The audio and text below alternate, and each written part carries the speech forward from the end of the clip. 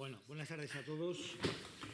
Una operación de cadera han pedido a María España, viuda de Francisco Umbral, estar aquí, que como pueden imaginarse era lo que más le apetecía. España, además de su marido y de su hijo Pincho, para ella sus dos pasiones son Valladolid y la Fundación Francisco Umbral. Pero verá la grabación y desde aquí le mandamos un cariñoso saludo. Gracias a las entidades que han hecho posible este acto. A Conrado Íscar, presidente de la Diputación de Valladolid, que además es miembro muy destacado del patronato de la Fundación. En su representación está hoy Yolanda Burgoa, diputada delegada del Servicio de Educación y Cultura. Gracias a Pablo Lago, director del Mundo de Valladolid, entidad que se ha incorporado recientemente al patronato. Y no me olvido del Ayuntamiento de Valladolid y de la Junta de Castilla y León, también patronos de la Fundación. Con ustedes tenemos a Sonia Tercero, que es directora, productora y guionista de cine y televisión. Hoy está aquí como directora de este corto de 28 minutos, titulado igual que el libro de Umbral, publicado hace exactamente medio siglo. En el currículum de Sonia figuran la serie Jardines con Historia, los documentales Sorolla, Los viajes de la luz, Robles, Duelo al sol, sobre la amistad entre el traductor y profesor José Robles Pazos con John Dos Passos, y en lo que desembocó, que fue el enfrentamiento entre este y Hemingway en la Guerra Civil Española. Y Huellas en el cielo, sobre una aventura del Zeppelin cruzando el Ecuador a través de la escritura de Corpus Varga. Todos ellos lo pueden ver gratuitamente en el canal de RTV Play. Jesús Ferrero, a mi derecha, es poeta, ensayista y novelista zamorano, autor de libros como Belvergín, Opium, Las 13 rosas o Juanelo o El hombre nuevo. Estudió y se graduó en Historia en la Escuela de Estudios Superiores en Ciencias Sociales de París. Ha sido reconocido con los premios Ciudad de Barcelona y Prat i Janés, además del premio Anagrama de Ensayo por las experiencias del deseo. Ha sido profesor de la Escuela de Letras de Madrid y también guionista, entre muchas otras cosas, con Pedro Almodóvar de la película Matador. Gustavo Martín Garzo, paisano de ustedes al que conocen de sobra, ha sido reconocido con los Premios Nacional de Narrativa por el lenguaje de las fuentes, el Nadal, por las historias de Marta y Fernando, y el Castilla y León, máximo galardón de esta comunidad, por toda su trayectoria. Licenciado en Filosofía y Letras, fundó sobre todo la revista literaria Un Ángel Más. Y además es Premio Nacional de Literatura Infantil y Juvenil. Dato significativo, según veremos a continuación. Vamos a empezar por Sonia. No es fácil enfrentarse a una obra tan lírica, tan dolorosa. ¿Cuál fue el proceso? ¿Qué pasos fuisteis dando? Pues, bueno, cojo el micro. Muchísimas gracias por asistir esta tarde. Y bueno, pues un poco el planteamiento fue la relectura del libro y de alguna manera pues identifiqué un lenguaje, una narrativa muy poética y a la vez como muy impresionista y bueno, de ahí fui elaborando y bueno, analizando, la idea era también un poco analizar lo que el proceso que vive Umbral y no se ve, o sea, el duelo, por ejemplo, o la pérdida, que son cosas que en el cine realmente se hacen a través se sintetizan a través de acciones, por eso están los actores. Y sin embargo, en este caso, pues es algo que lo transmite muy bien, lo comunica muy bien y un poco la idea era trasladar eso a la pantalla. Entonces, la idea pues fue un poco reflejar ese proceso, ese contraste de recuerdo, esa relación padre-hijo, esa complicidad, el mundo onírico, que lo que hace realmente Umbral es, una vez que pierde a su hijo, le da vida, sigue hablando con él, como si la vida continuara. Y sí, perdón. Y bueno, un poco reflejar ese mundo mágico, ¿no? que evoca y que transita una persona cuando tiene un golpe vital como este, que en el fondo está, en vez de estar tanto en el presente, está más en ese otro lado, ¿no? Vinculado a la persona que ya no está físicamente. Me imagino que uno de los problemas, entre comillas, serían elegir qué pasajes, qué fragmentos. Claro, entonces hay una serie de momentos en el texto que para mí eran muy significativos porque realmente me iba desbrozando ya las secuencias. Yo simplemente con su texto podía fui escribiendo el guión. Había secuencias muy descriptivas. Y luego combinado con este lenguaje tan poético, tan maravillosamente poético que bueno, pues para mí Umbral está como nunca en cuanto a esa capacidad de transmitir sentimientos o trabajar con la sinestesia, las evocaciones sinestésicas, ¿no? Y a mí me salió del tirón, o sea, a la vez que iba leyendo iba ya como trazando, viendo las secuencias, ¿no? Entonces me gustaban mucho los ritos que son rituales que durante la crianza de un niño pues se repiten todos los días, como puede ser el baño, lavarle las manos, cogerle, vestirle, dar de comer a un hijo. Ese tipo de ritos de alguna manera se convierten como en una celebración que hacen de eso algo infinito y eterno, ¿no? Es como un elemento mágico también. Y luego otra idea, pues esto, otra clave era incorporar a España, porque apenas está mencionada en el texto y yo creo que era el testimonio vivo que había que reivindicar y que podía contar en primera persona el suceso, para mi sorpresa, con una serenidad increíble y bueno, también evocamos sus acciones de alguna manera en intentar capturar con la cámara, como buena fotógrafa, lo cotidiano, ¿no? Y esto, bueno, pues partió un poco nos sirvió para hacer un pequeño homenaje a una fotógrafa americana que se llama Vivian Maier, que fotografiaba su retrato sobre elementos cotidianos. Y bueno, es una manera de captar el infinito, ¿no? y la ausencia, lo que ya no está dentro de la casa. A los tres, ¿por qué perdura este libro? Recordemos que el niño fallece, no llega a los 6 años, con 5, y otro dato es que este pasado sábado se publicó en Babelia, el suplemento cultural del país, una encuesta de los 50 libros españoles más destacados, y esa lista la eligieron más de 100 especialistas.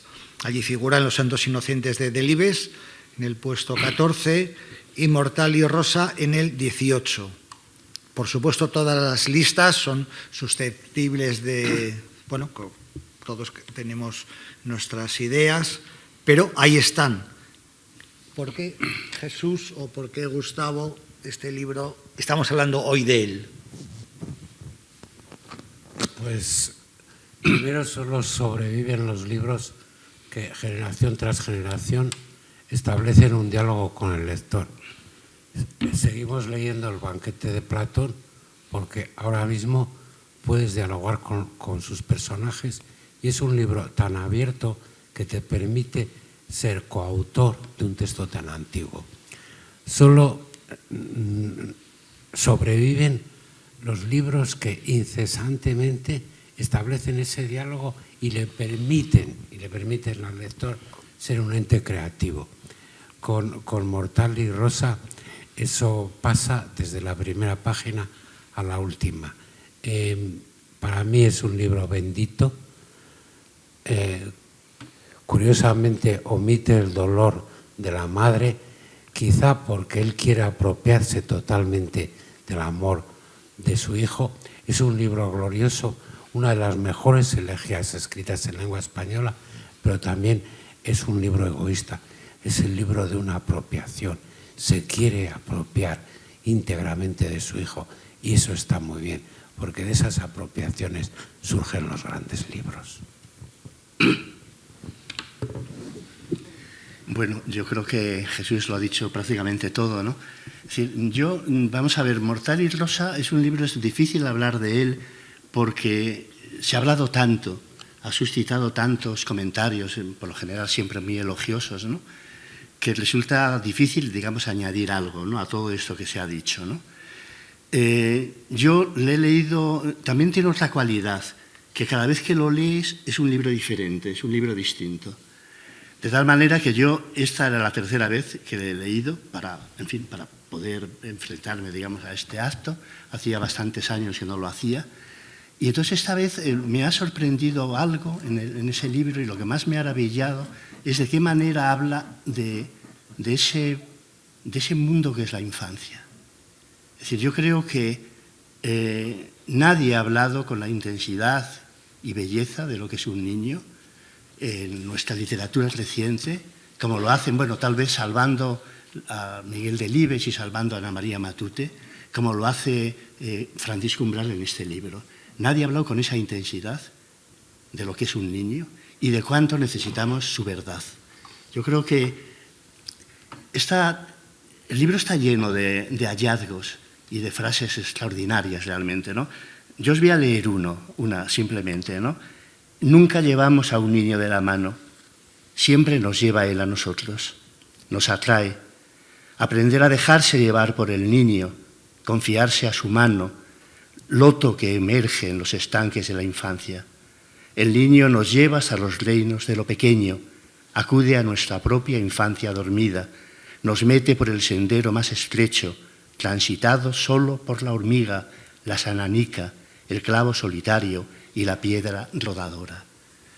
Este fragmento yo creo que contiene un poco como la clave del libro, ¿no?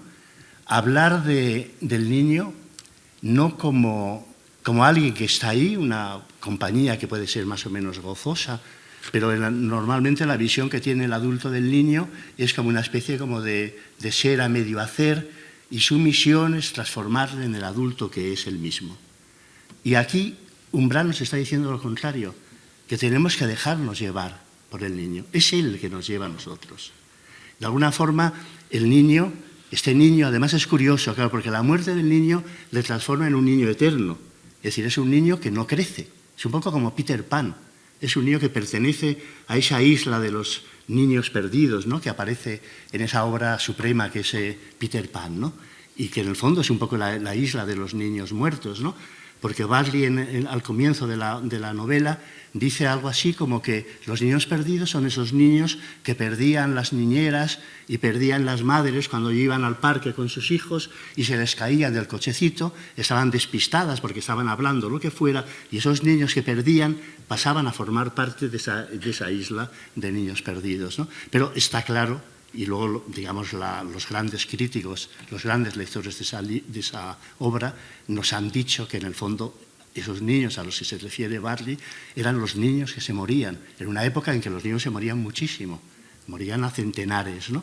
Y entonces todos esos niños muertos son los niños que nunca van a abandonar la infancia y se quedan allí. Entonces el hijo Pincho, el niño de Umbral, se transforma en un niño así, en un niño que no va a abandonar nunca la infancia y que a la vez se transforma en algo así como un medium de la realidad. Es decir, un ser, y eso el adulto lo olvidamos, ¿no?, porque normalmente en el niño vemos eso, una criatura, como decía hace un momento, que tenemos que transformar en un adulto. Pero realmente el niño, si sabemos mirar lo que representa y lo que es alguien que es capaz de llevarnos a zonas de la realidad que sin él no sabríamos ni siquiera que existen, ¿no? Y entonces constantemente, es decir, Francisco Umbral se siente, como, y voy a utilizar una palabra de Jesús Ferrero, se siente bendecido por esta presencia, la presencia de ese niño que ha perdido y cada vez sigue teniendo el poder de comunicarle con ese mundo que está más allá de lo más inmediato, ese mundo en el que vivimos los adultos, ese mundo interpretado en el que vivimos los adultos, ¿no?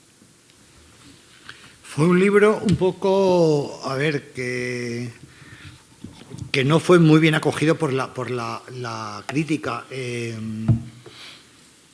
Josep Pla le afeó un poco el malabarismo y dice que con menos hubiéramos pasado.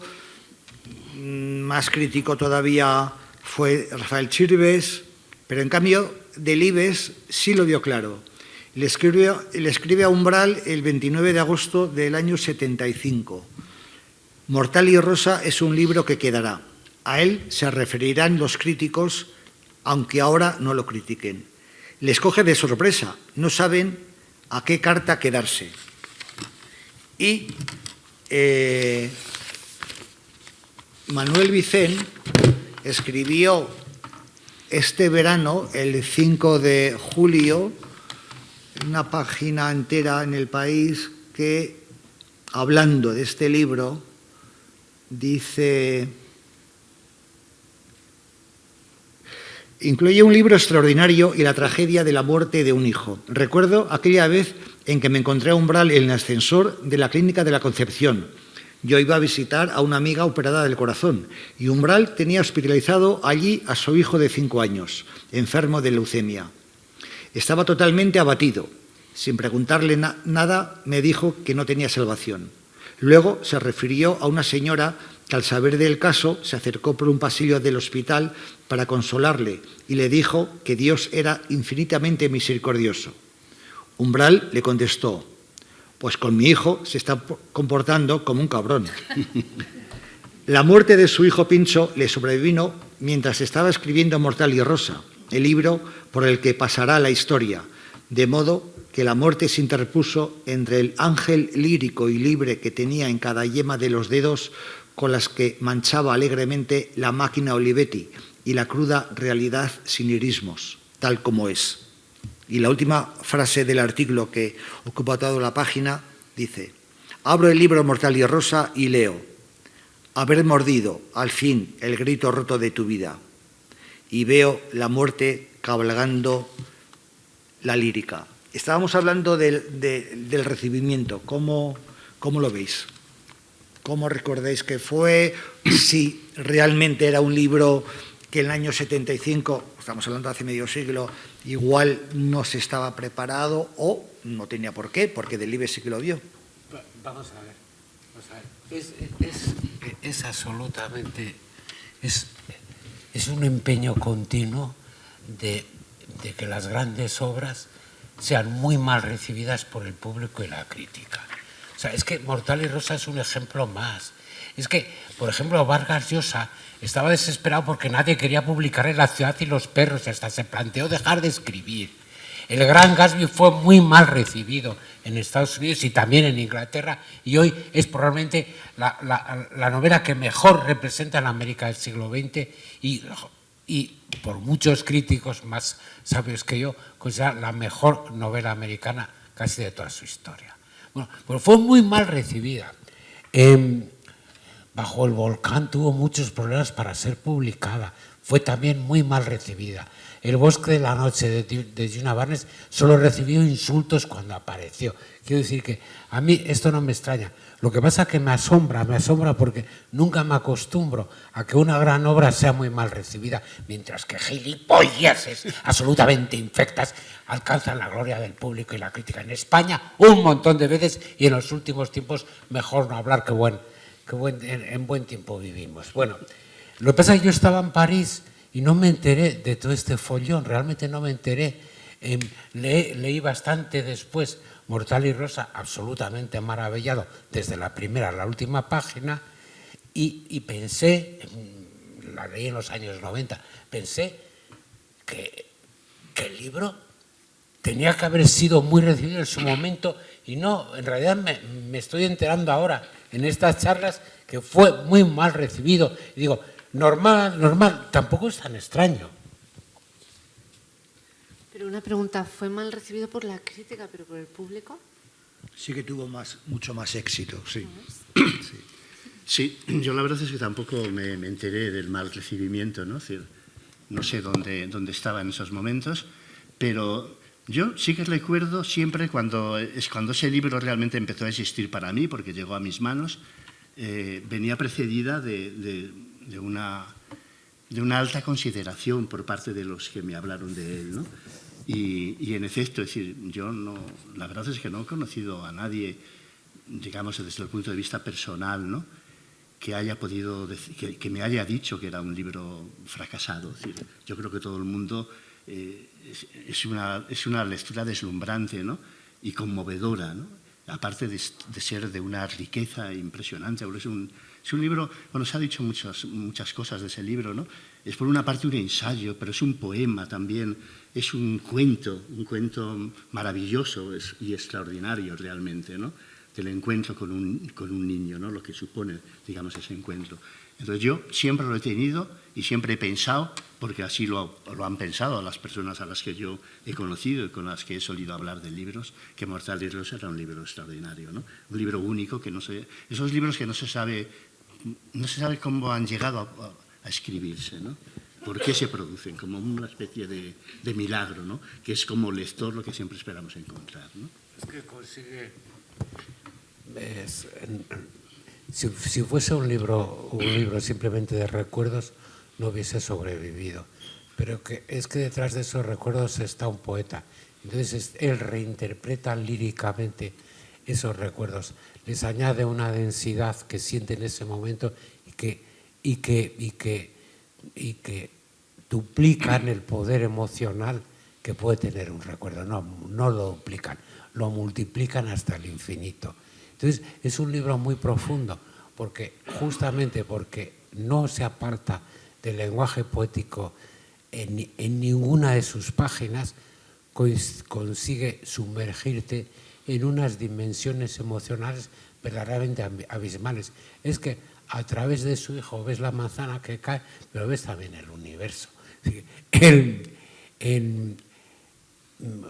Heidegger decía que vivimos en una época donde el lenguaje solo transmite información y que eso va a ser muy grave, que va a traer consecuencias de las que no somos capaces todavía de averiguar, y que además ese lenguaje como solo transmitir de información, ese periodo en el que estamos identificado casi con la noche de la cultura para él, en esa noche de la cultura donde el lenguaje solo transmite información, no la vamos a poder parar.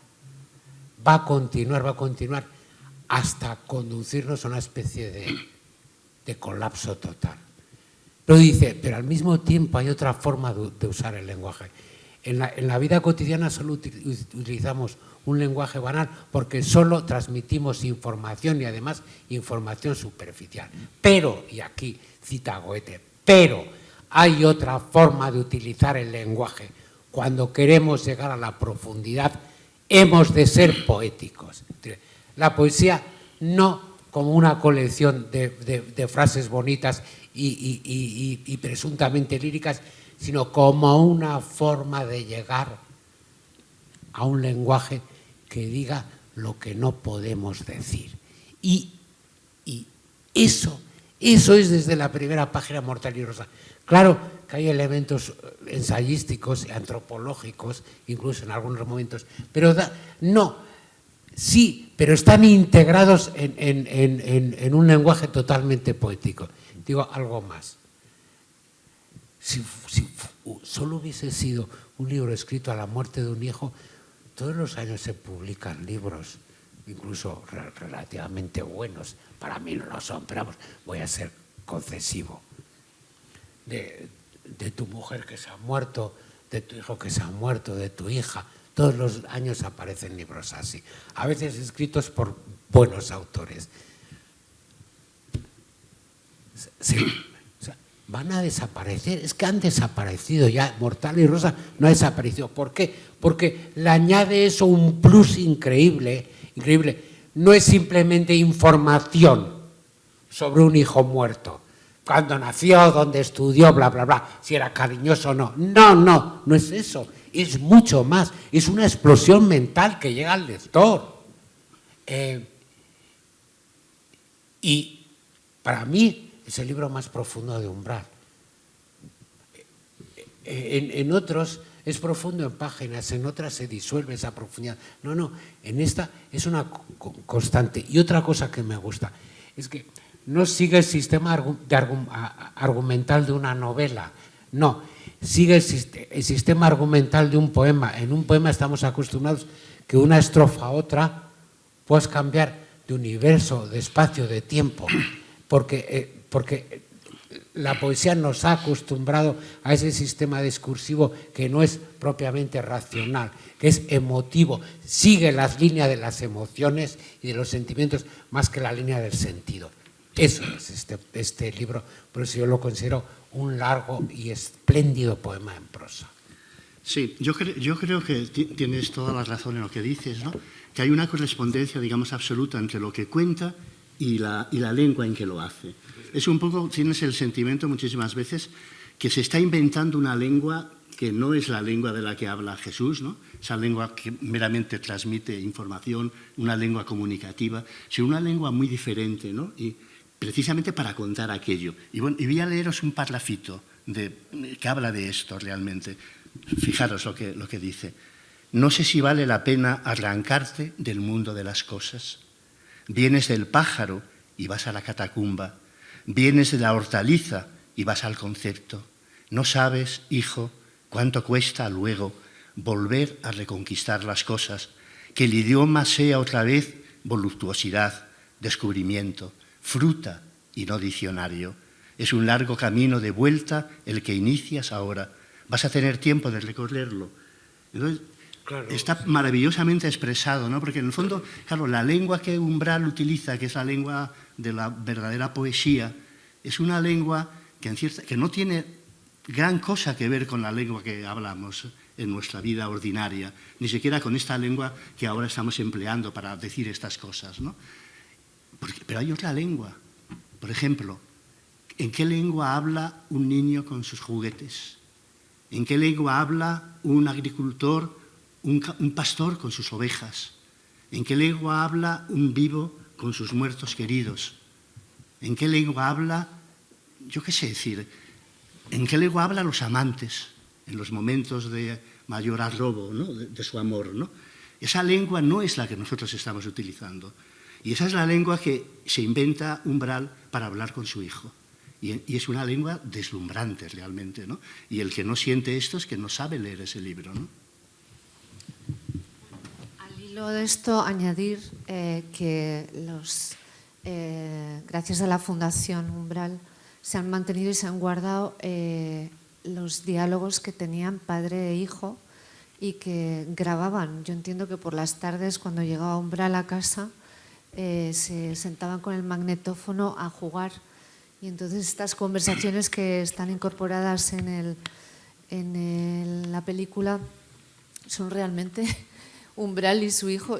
Y lo que es alucinante es escuchar a Umbral poniendo esa voz que es un poco como la voz de un niño, que piensas que a mí me recordaban al principio a un dibujo animado. Digo, parece una cosa que está jugando realmente con su hijo, ¿no? Y está llevándole a otros mundos y le hace pensar de otra manera. Y bueno, eso es muy mágico, también da mucha magia ese testimonio. Sonia, las conversaciones que has elegido están muy bien, porque dentro de que parecen tonterías hay una intención iniciática en el padre de introducirle en el mundo. Sonia, el niño aparece tarde en el libro. O sea, el lector que vaya por primera vez, que entre a este libro, dice, bueno, pero si en teoría, o lo que yo he escuchado, es que va del gozo y de la celebración al principio de tener un niño, él, que bueno, apenas había tenido padre, tuvo padre, pero no era reconocido, estamos hablando de una época bastante difícil, pero empieza el libro de otro modo. Sí, bueno, yo decidí resumir e ir un poco al grano, porque es que hay un montón de matices. Para mí esa primera parte del libro es el origen, que realmente está jugando con pues esas imágenes de carnalidad, está hablando del cuerpo de una mujer, está él mirando su cuerpo reflejado en un espejo y de alguna manera es el pecado original, el mordisco en la manzana, la tentación, y de ahí nace el hijo. Eso es lo que para mí me transmitía esa primera parte. Y a partir de ahí el hijo, él ya está con su hijo, ya está en acciones, en distintas situaciones con el niño, ¿no? Entonces, bueno, yo preferí como centrarlo, ir al grueso y también porque en imágenes el contraste era muy, muy grande, ¿no? Y bueno, pues para ello pues buscamos a estos dos actores que no son actores, porque era muy difícil encontrar un actor padre de 40 y tantos que pudiera interpretar con un niño que no fuera su hijo, que fuera actor de 8 años o de 6 años, y encontramos dos actores, lo que se llaman actores naturales, que no están preparados, no están académicamente preparados en el arte dramático, y sin embargo eran padre e hijo, son padre e hijo, y les gustaba la interpretación de alguna manera, y estuvimos ensayando con ellos, y era un riesgo tener dos actores de este tipo, pero creo que se ganó en naturalidad y en Frescura. En frescura, ¿no? Fue el sentido.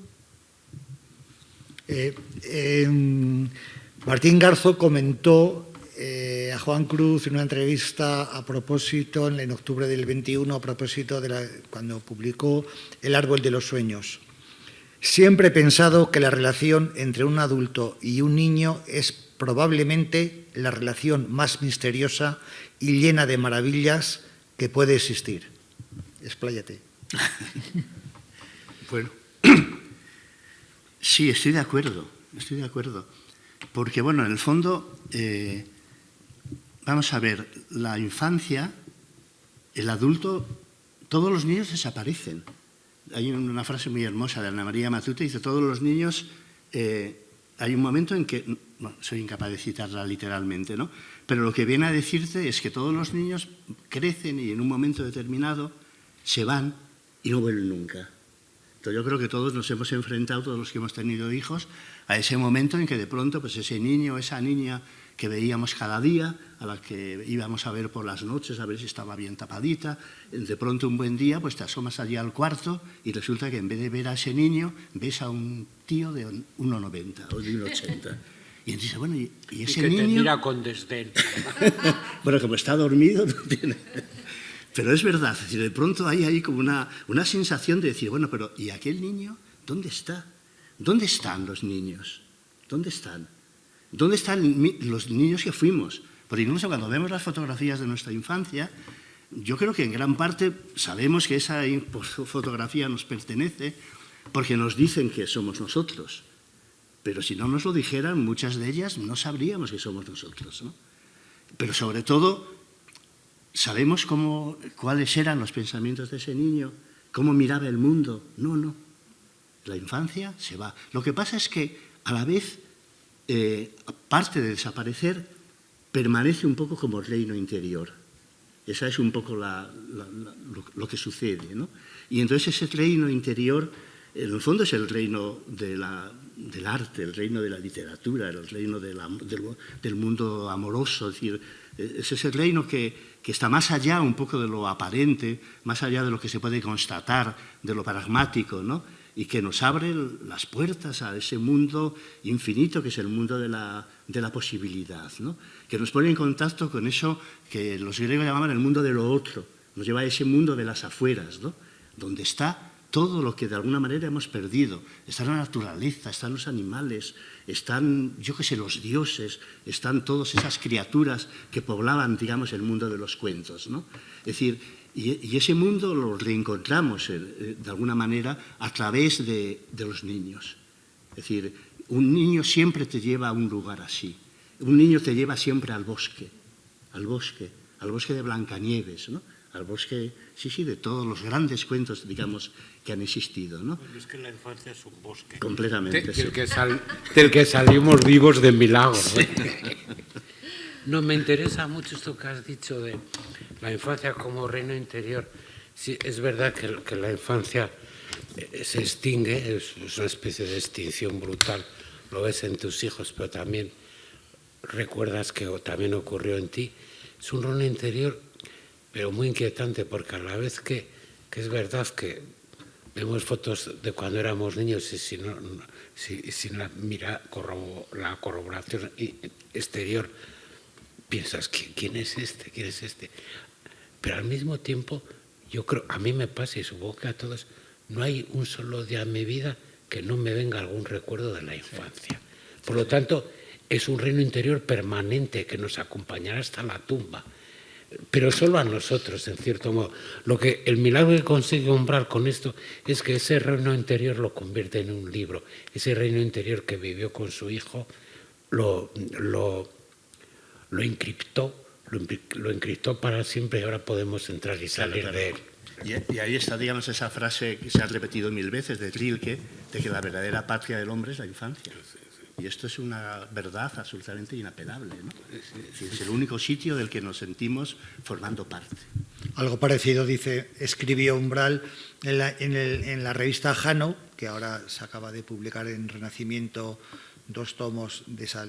Era una revista dirigida a los sanitarios, y Umbral escribió ahí hasta que falleció, hasta el año 2007 y 2005, dice: si en algo creemos todavía es en la infancia. El niño ya estaba herido. Y Jesús Ferrero escribió el 15 de febrero, publicó en The Objective, esta página web, un artículo que él tituló Francisco Umbral en El hombre del hijo, muy interesante, y que, por decir algo, que es mucho más allá, y dice, un fragmento muy breve: desde la más pura cotidianidad, Umbral nos conduce a dimensiones de la existencia de una profundidad sofocante. La vida del niño está vista desde dentro y desde fuera al mismo tiempo, formando un tejido de una densidad única y al mismo tiempo de una gran porosidad. El lenguaje vuela para expresar un dolor que pesa, un dolor que mata. El lenguaje alcanza alturas inalcanzables para expresar el oleaje del animal de fondo. Eso del animal de fondo, un guiño completamente, me imagino, a Juan Ramón, del que era muy devoto Umbral, pero no solamente de la poesía, sino de la narrativa. Espacio. Claro, Espacio, por ejemplo, y por ahí escribió Umbral como que la dimensión o la temperatura de un poeta se encontraba en su narrativa. Bueno, sobre todo la de Umbral. Aunque yo no sé por qué dijo eso, quiero decir que Umbral era un poeta evidente, y me parece que lo dije en el prólogo Santo Sam, que tú coges cualquier fragmentos de Mortal y Rosa, los pones en verso y quedan maravillosamente bien. Es decir, que él, yo creo que cuando él decía que no era poeta, era pura coquetería. Es que ha habido pocos escritores tan poetas como él en español. Entonces, vamos a dejar tontería. Fue un poeta que escribía prosa, claro. A mí me pasaba lo que él. A mí, cuando me acerco a una novela, lo que me interesa es el placer del texto, lo que Barthes llamaba el placer del texto. Yo, si no encuentro ese placer... ¿Quién decías? Barthes. Roland Barthes. Sí. Claro, el placer del texto en Umbral yo lo encuentro siempre, en cualquier columna, en cualquiera de sus novelas, hasta en las peores lo encuentro. Por lo tanto, cuando lo leo, consigue que me convierta en otra persona, consigue que me convierta en un hombre feliz cuando lo leo, de verdad. Quizá este libro también supuso lo que fue y lo que sigue siendo, porque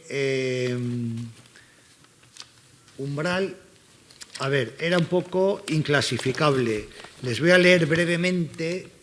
Estamos hablando de la revista Ínsula, de mayo del 95, sacaron un monográfico, lo dirigía Víctor García de la Concha y este número lo coordinó Luis García Jambrina, que es profesor de la Universidad de Salamanca, donde hemos estado con él y estuvimos hace 2 semanas también en la universidad hablando de Mortalio Rosa. Y a ver si consigo, que no es fácil. Sí, nada, escribe Jambrina: Francisco Umbral es un escritor sin género ni generación, como ocurre con Gómez de la Serna y González Ruano, 2 de sus grandes maestros. Resulta que su género es él y su generosidad es unipersonal. De ahí que no haya encontrado acomodo fácil en los manuales de historia de la literatura. Y luego dice que, bueno, ni se haya valorado, estudiado hasta la fecha como merece. Pero es verdad que era un escritor diferente, distinto, digamos que insólito, y que también le gustaba, era, como escribía Jambrina, partidario de la experimentación, la hibridación, la mezcla de la bastardía literaria. Sí, eso es completamente cierto. De hecho, Miguel Delibes, con mucha ironía, pero también, en cierto modo, diciendo la verdad, en Mujer de rojo sobre fondo gris, el narrador lo denomina como poeta maldito. Un poeta maldito que leía todas las mañanas en la ABC, que también es otra paradoja. Pero sí que hay algo de maldito, y bendito sea él que no entre de lleno en los manuales de literatura, porque en realidad son como sepulturas.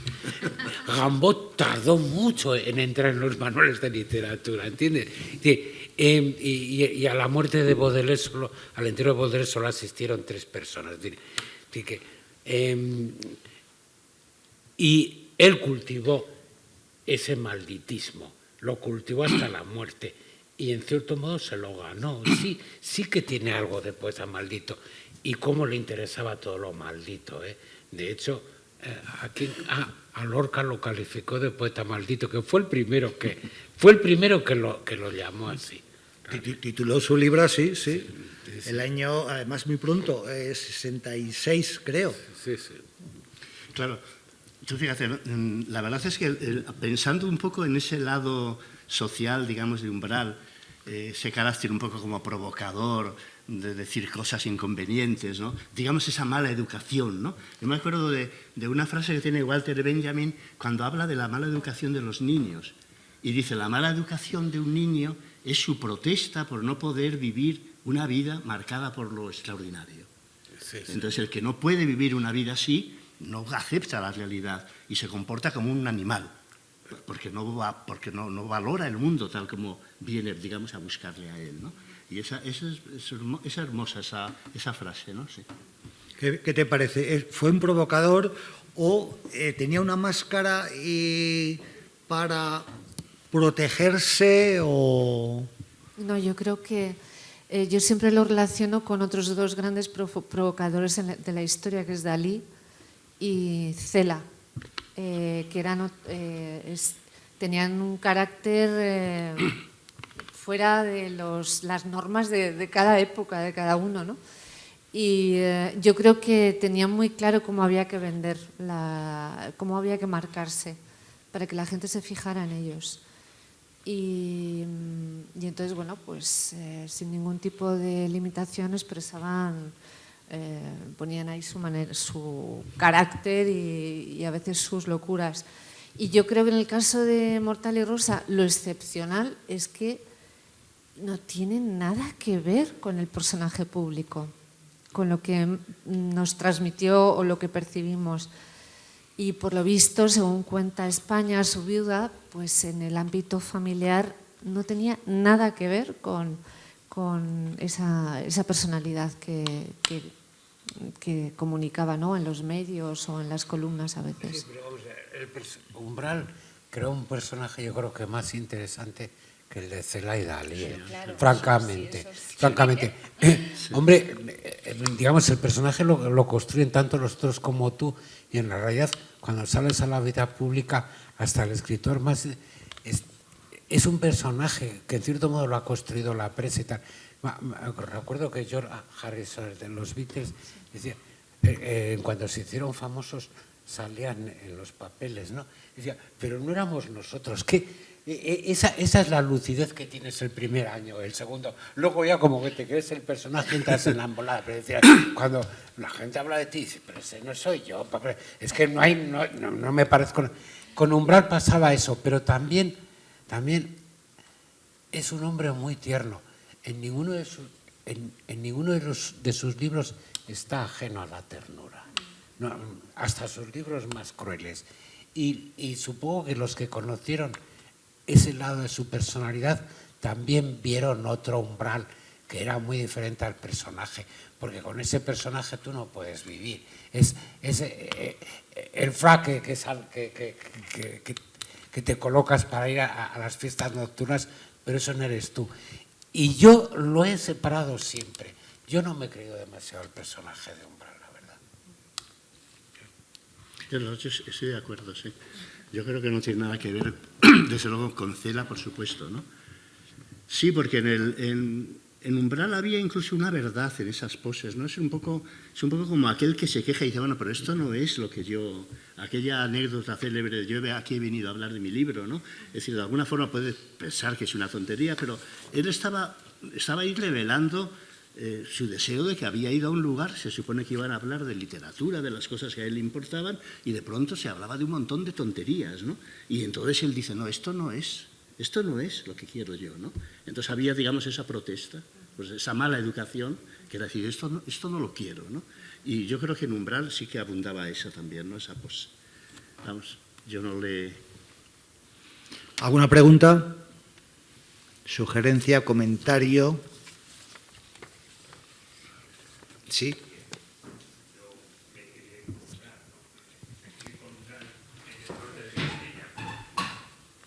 El Norte de Castilla publicaba Crónica de Madrid, Sí. y yo me los leía, vamos, me empapaba.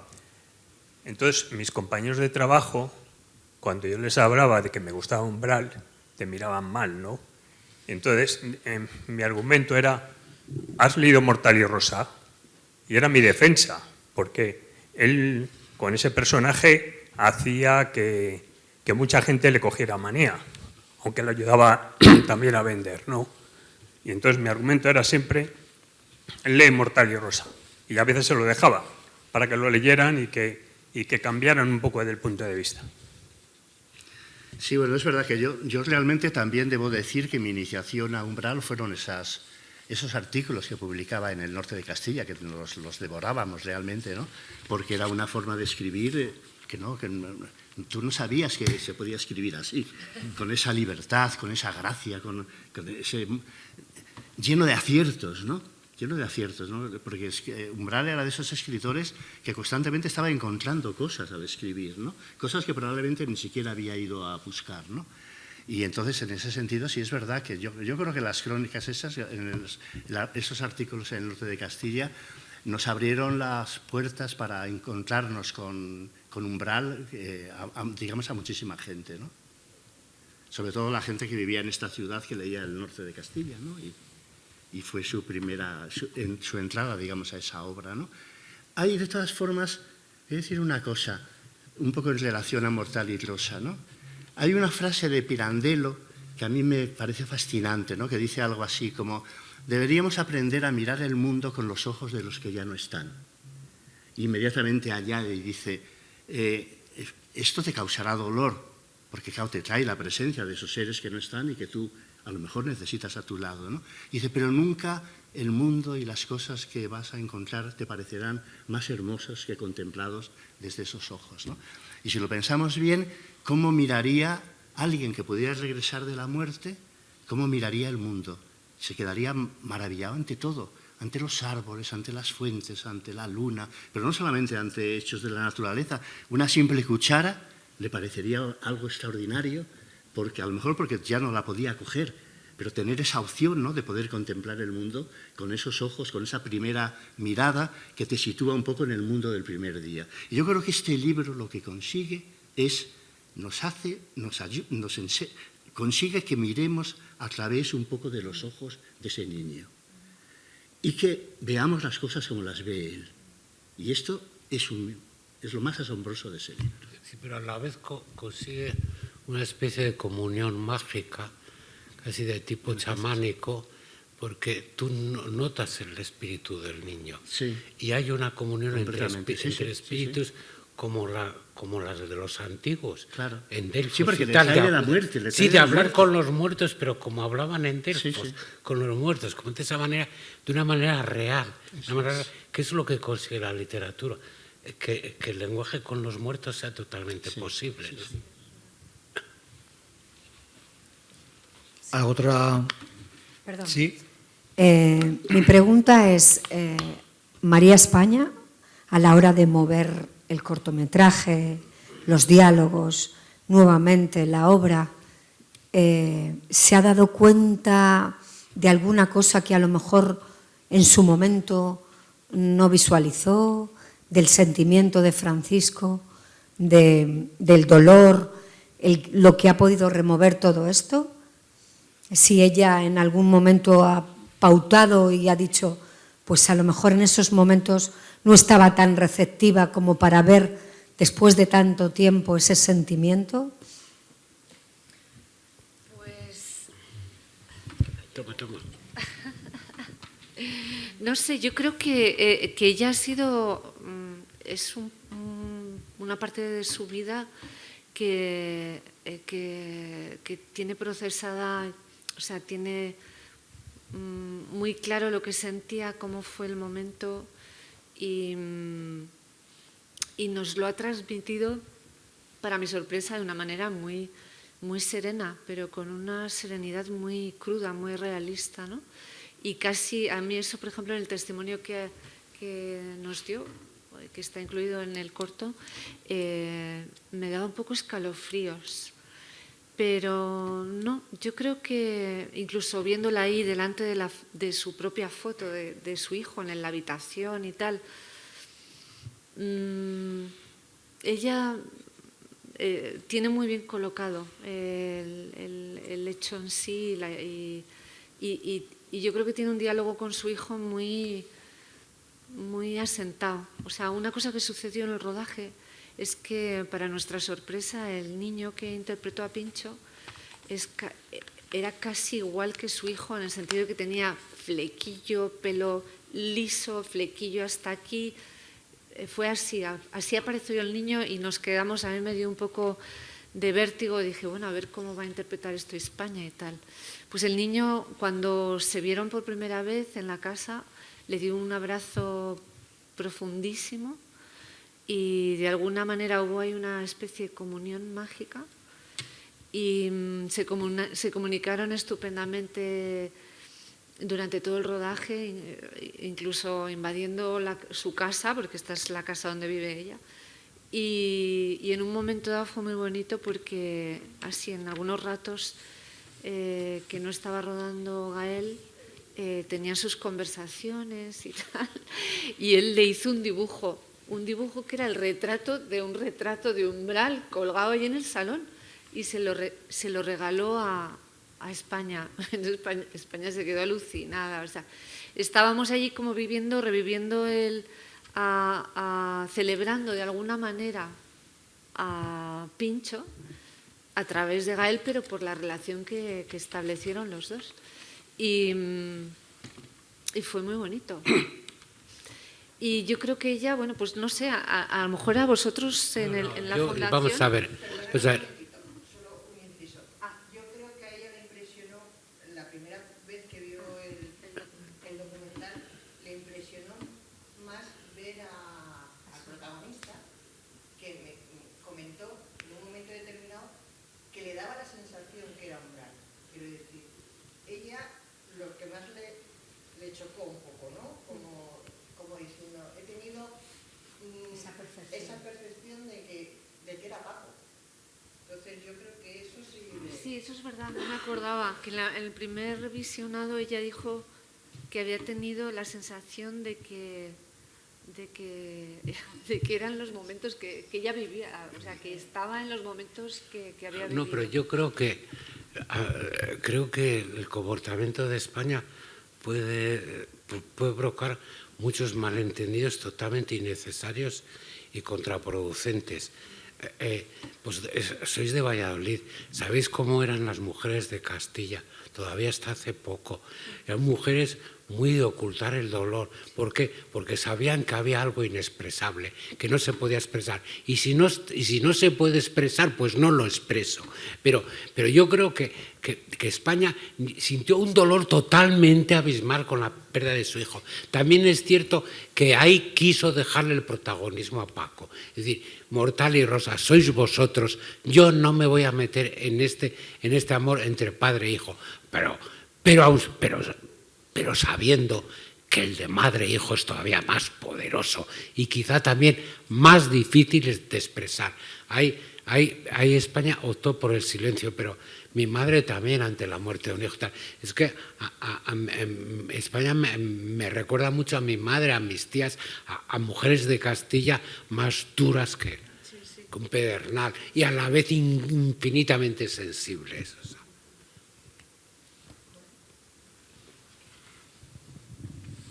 Yo quería aportar una cosa solo que he estado, cuando he releído el libro y ahora al ver el documental he pensado, es la paternidad, una paternidad primero de cuando le tiene y después de cuando le pierde. Entonces, Umbral hay que situar también en su contexto porque él no tuvo padre, bueno, tuvo un padre que pasó de él como de la mierda, ¿no? Entonces, eso quizás es lo que lo ha hecho tan mágico y tan especial, porque él estaba viviendo mucho como padre, pero mucho, cuando le tuvo al crío y desde luego cuando lo perdió. Por eso creo que es tan intenso. ¿Algo más? Pues terminamos. Muchísimas gracias de corazón y hasta la próxima.